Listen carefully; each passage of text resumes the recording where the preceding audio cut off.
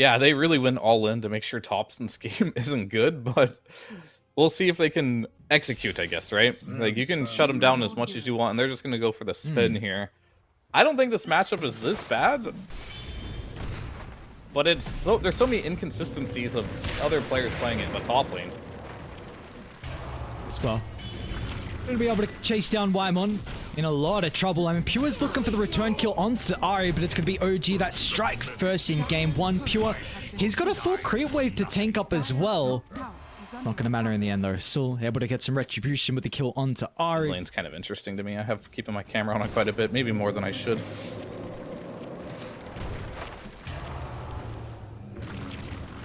TOPSON? TOPSON? TOPSON? This is what I mean. You can't keep your eyes off this lane. What's going on? Wait, Onslaught up in a couple of seconds. TOPSON's trying to flame the trees, but BZM's going to find him. Cool, you've got this mitigation from the shield crash, but the barrier's not good enough, and now this is a full wave that goes under the tower as well. BZM is destroying mid. Top lane, though, Tundra looking for the tempt onto Ari, but Whisper's going to step over to act as the bodyguard, and Ari will be okay. Whisper got the kill onto Whitemon, yet just leans a little bit too close to the Centaur, and he might be able to fight back on Pure as well. And yeah. That'd be a really big kill if they can end up killing Whisper. And it looks like the reinforcements are coming from OG, though. Ooh, turn with the stun onto Whisper. Can they punish them? They are really deep on OG. This is a greedy attempt. Waimon's going to be able to move on over as well. Him inside the river, TOPSON secures the kill onto Ari, and of course CEB's going to be chased down. That just far too greedy, and much needed movements out of Tundra to be able to punish them. Just going for the Mask of Madness. A lot of Faceless Void players have kind of been choosing not to go for the Mask of Madness and going for straight Maelstrom, but mid lane. Pretty good spot for TOPSON to be able to utilize the Rolling Thunder. This is a gigantic kill to getting back inside the game, and look how perfect the use of the ultimate is from TOPSON. They're going to be cautious, though, because the rebuttal, CEB finds the shackle onto two. TOPSON spells are on cooldown because of the time dilation. And yes, you lose BZM. A pretty nice kill onto TOPSON as well, thanks to the rotation out of OG's members. And further down to the south, though, this freshly placed ward scouts out TOPSON in 9 class. TOPSON early use of the Rolling Thunder. Whisper jumps over the top, though. Looks like I mean, yeah, of course, Rolling Thunder is going to get him out, but again, this is now on cooldown. Was an Arcane Room Rolling Thunder, nonetheless, though. His good lead is just turning into more farm, and it's going to be a question of what can he do with it. MC, that is an aggressive attempt onto CEB, and OG, they're in a prime position to be able to capitalize on that misstep. I mean, maybe thought there was a solo kill opportunity with the RP, doesn't even go for it, and it's a very stressful hero to play against as a carry, because you know he's going to chrono you every single fight. So you got to kill him before he kills you. And it might be him just TP'd away. They got the high ground ward, and MC's in. RP onto 3, Stewart back into TOPSON's Rolling Thunder. That was absolutely perfect from Tundra. That's exactly what they needed there. We'll deal with that later. For now, that's really, really good. But TOPSON, he just kind of went into his death there. Hang on, they're coming. Is TOPSON going to be able to last long enough? Here's that Orchid coming into play potentially, but BZM will buy some space for Yuragi, who's able to get some distance away. TOPSON still goes down. And BZM, hang on. Oh, the Stampede with the trample. Pure now.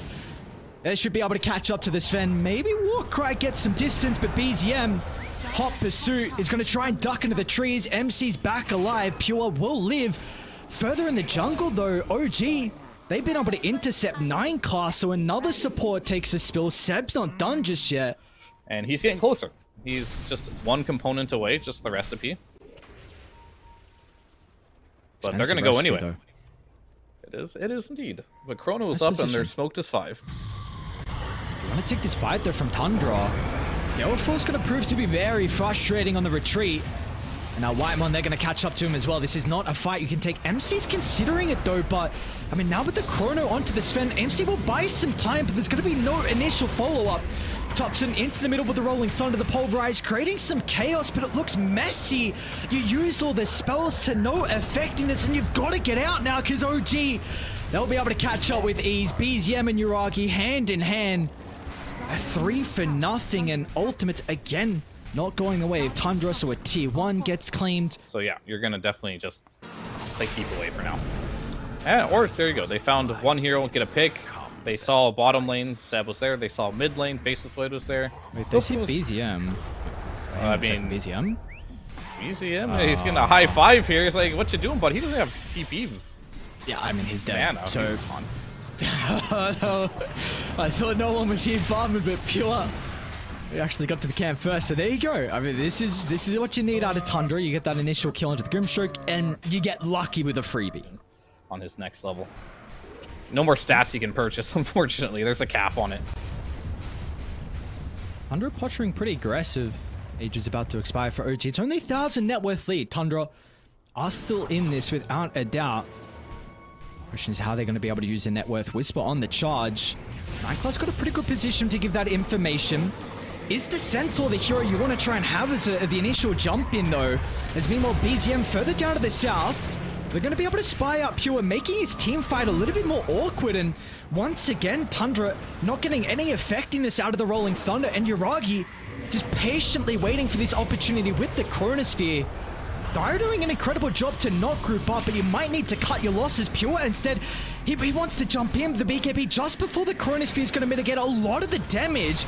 Whisper still over to the right side as well. Finally, MC gets the RP out to 2, but without the God Strength, is the damage going to be lacking? Pure goes down. BZM with a charge in the middle, crashes onto 2. Now Yuragi with the follow-up from Whisper. OG played the long game. They get 9 class as well at the buzzer. I mean, a buyback was required from Whisper without a doubt. An incredible fight from OG. Radiant's middle tower is under attack. What's the gem situation like then? Looks like both sides have one. MC's got one, BCM's got one as well. MC had some pretty good team fights with the RPs, but we need to see this Harpoon come into play. It's not going to be easy taking a fight around this high ground. This is a really difficult spot. 9 class, is this where you want to be? Now Whisper, a quick assassination, and now with the numbers advantage, OG, they can capitalize. TOPSON isolate. I mean, Wymon's considering about coming over to offer some assistance, but I mean, Pure, he's playing so far away because of the threat of the Faceless Void, and again, and it's just another team fight that looks incredibly difficult for Tundra to be able to execute as TOPSON. Rolling Thunder, about to expire. BZM, not going to be able to catch up though. Radiant's middle tower. I can't spit on it, what an item it is. Seb? It's a 9 class. Defensive use of the Pierce the Veil. Very frustrating again, of course, with this Gale Force, but the rest of OG a little bit too separate. They get a glimpse of TOPSON, who's in a lot of trouble. Yeah. Might have to use a defensive Rolling Thunder, but the chain control from OG will not allow that. I didn't know Morta's old disjointed projectiles. What was that? I know it has a basic dispel, but like that shackle shot just was disjointed. Unless I'm crazy. I'm gonna have to test that after this game. I didn't see. I'm hearing a stampede. What's going on? Ari. You're gonna run into Y1, whose classic tech is shenanigans. Another pick off for the boys on OG. 8,000 net worth lead. And it's not in the greatest position for them to be able to capitalize on this. Top and mid shoved out.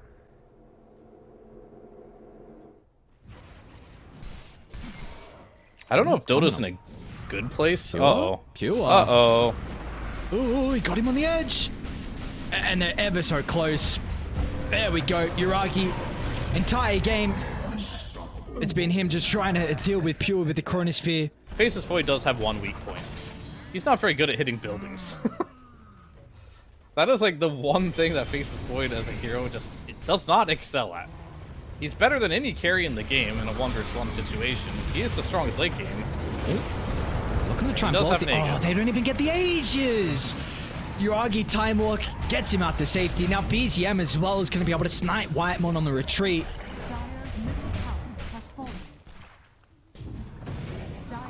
Alright, here we go. Q is back alive, but there was no control under the T4 tower. Yuragi. BZM as well. It's a pretty good onslaught connecting onto 2 outside the base. Pure's going to find an opportunity to try and jump the backline support, but he's going to be lacking the control. Ari gets out of danger with the defensive items, and now once again, Tundra continuing to not be able to get that initial burst over to the right side. Inside Tundra's base, I mean, BZM with the heart, he's got nothing to fear. You'll lose the ages out of Yuragi. Okay. They should be able to, alright, they get BZM. Yuragi's going to come back Chrono to life with the two. BKB. Whisper's ready to go as well. Now with the threat of the Chronosphere, Tundra group up as 4, and that is the best case scenario for Yuragi. Disarm's going to prove to be a little bit awkward here, and now Whisper as well is in some trouble. Nice spell casting out of Whitemon. Can they still take the fight from OG? Skewer back underneath the tower. Yuragi in fighting shape is going to be able to clean up house. Nothing that he needs to fear. This Faceless Void is godlike in our game 1. Faceless Void late game. Yep, that's kind of how this hero works. But that was a little funny. He got a 4-man Chronosphere, and it looked so good, and then he killed the Spin, he knew the target, but he didn't know who to attack after. It's like, I guess I'll go for Techies, and then instantly disarmed, right? Because he had the active taser running, so he mantis it off. And he hits the Techies again and gets disarmed again. But at the end, it doesn't matter. He's just unstoppable right now. He's too farmed. You're not going to stop Yuragi. He's beyond godlike. He's got the backtrack talent online. He's a level 26 Faceless Void, and it's pretty much game for Tundra at this point, unless Yuragi makes a big misstep here.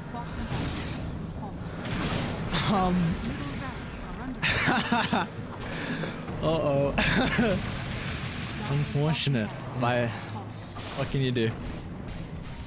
Yeah, he's just buying some time. His buyback might save him 1 barracks. He's continuously applying that. It's Casino Void now. Up they go. Mine's going to give them some information. They still run straight to the high ground from Tundra, even though the mine went off. And now Yuragi with a double damage rune. This is a lost cause. And as a result, I mean, you're going to lose Topson as well. Pulverize with all the bashes you would ever desire. Stampede's going to potentially help them chase down another kill. CEB, he's already up to the task of catching up to Whitemon, and these are heroes without buybacks to work with. Whitemon somehow gets back inside the base, but they just group up for the multi-man Chrono, and Yuragi's going to send them into the grave for the final time this game. As OG just have Tundra's number. This is 5 games in a row that they've been able to get the victory over the boys on Dire. And I think OG just did a classic case in point of why the meta is what it is right now. Oh, they did? I have that to work with. And then you've got the Tempo Assassin here for Pure. So Lisa's got that bottle getting delivered now, pretty much rushing it. And going for a bunch of stats with the Iron Branches to start. And the opposite lane, last one up top. Plus this should be, you know, pretty solid. Oh, actually bottom lane, CEB. Okay, that's your first blood onto 9 class, and well, it's already looking like you're saying it was going to be pretty rough for them, and now you get that first blood to inject a little bit more gold as well into CEB. The Whisper here. It's got to work. Whisper though with the phase makes it up to the high ground, but regardless with his current position, multiple wards to be able to bounce back on. Great use of that first Rolling Thunder in the Arcane Rune as well from Topson. Yuragi that was a genius play. Unless he died. Is Pure in trouble?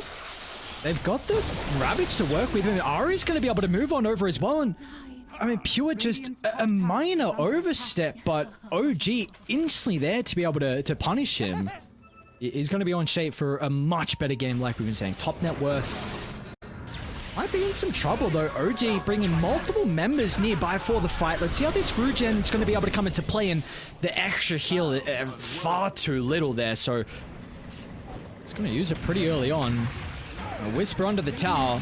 See how it's going to be able to come into play. They don't have the egg and only 1 point Sunray, and there is all that heal, and meanwhile BZM and Yuragi even wants to come over as well. Just OG bringing the numbers.